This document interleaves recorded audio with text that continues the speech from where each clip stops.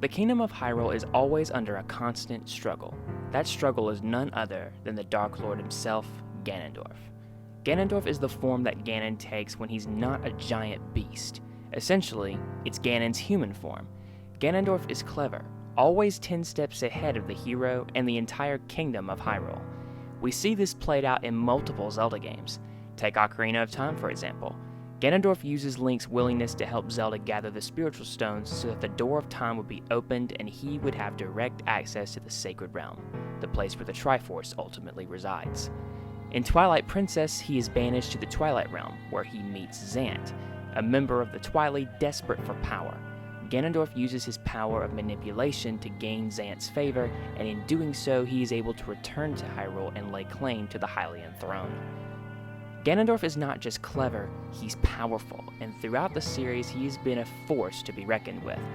But in the newest Zelda game, Tears of the Kingdom, we see perhaps the most powerful version of Ganondorf ever depicted on screen. And today, I'd like to delve deep as to why Ganondorf is so strong and more ultimately, where is his power truly coming from? The first time we see Ganondorf in Tears of the Kingdom, he is nothing but a shell of his former self. Sealed away by the first king of Hyrule, Ganondorf's body has been forced to rot and decay, but the seal doesn't hold forever. And when he awakens, we see him do something that no other iteration of Ganondorf has been able to do. For the first time in the entire Zelda series, Ganondorf is able to shatter the very blade that is meant to stand against him, the Master Sword. Still mummified and decayed, he uses his power to send Hyrule Castle to the skies, and when this happens, it causes the entire kingdom of Hyrule to shake. His power is so strong that pieces of stone from the Sky Islands are seen raining down from above, Rito Village is plunged into a blizzard, Death Mountain erupts with gloom, Zora's domain becomes polluted with sludge, and the Gerudo Desert becomes engulfed in a sandstorm. Far below Hyrule's surface, Ganondorf is able to send the entire kingdom into chaos. And this isn't the first time we've seen him do it either.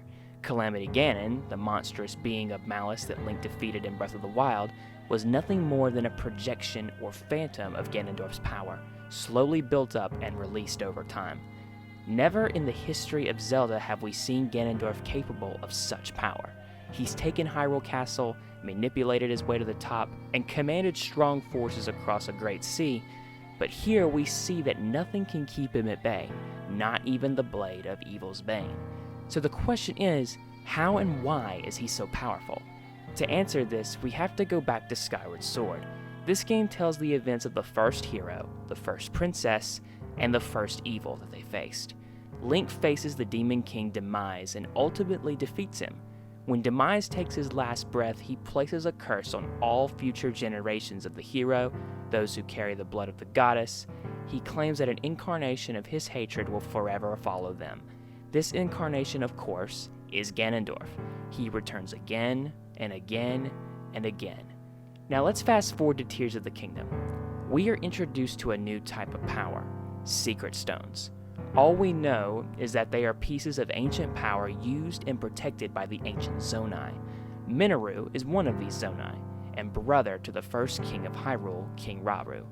Rauru seeks her guidance regarding Zelda's quest to get back to her time and aid Link in his fight. In this scene, Minoru explains just what the Secret Stones are capable of.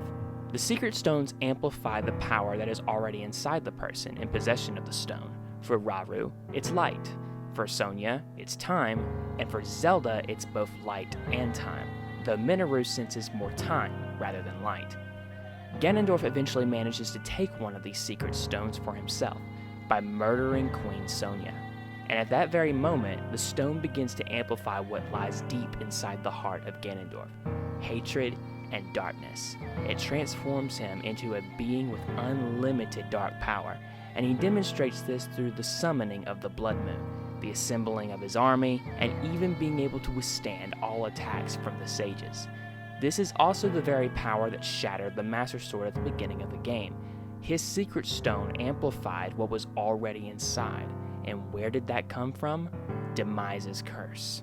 Not only does the secret stone give Ganondorf a look that resembles Demise, but it gives him similar abilities that Demise had as well.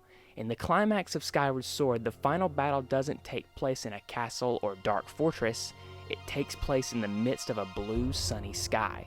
Demise made sure to make Link's final resting place as beautiful as possible, and Ganondorf does this exact same move once again in Tears of the Kingdom.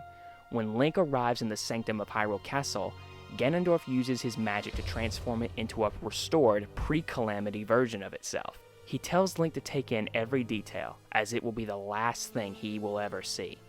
The reason Ganondorf is so powerful in this game is because the Secret Stone is bringing out the heart of Demise's curse. It's also worth noting that Ganondorf is commonly referred to as the Demon King in this game. Only one other being has been called this, Demise.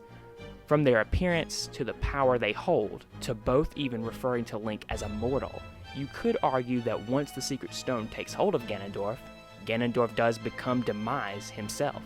Even the final battle reflects this. Ganondorf faces off in a 1v1 sword fight against Link, just like Demise did with the first hero in Skyward Sword. The Secret Stone gives Ganondorf the ability to channel the power of the original Demon King, and that's why this will be the most powerful Ganondorf we will ever see throughout the Zelda series. And the only thing that would ever top this is the actual return of Demise himself, which technically isn't out of the question. Before Demise vanishes, he says one last thing to Link: I will rise again. Thanks for watching this video. What did you think of exploring the depths of Ganondorf in Tears of the Kingdom? Do you think this is the most powerful version of him? Comment below and let me know. Thanks again for watching, and until the next video everyone, take care.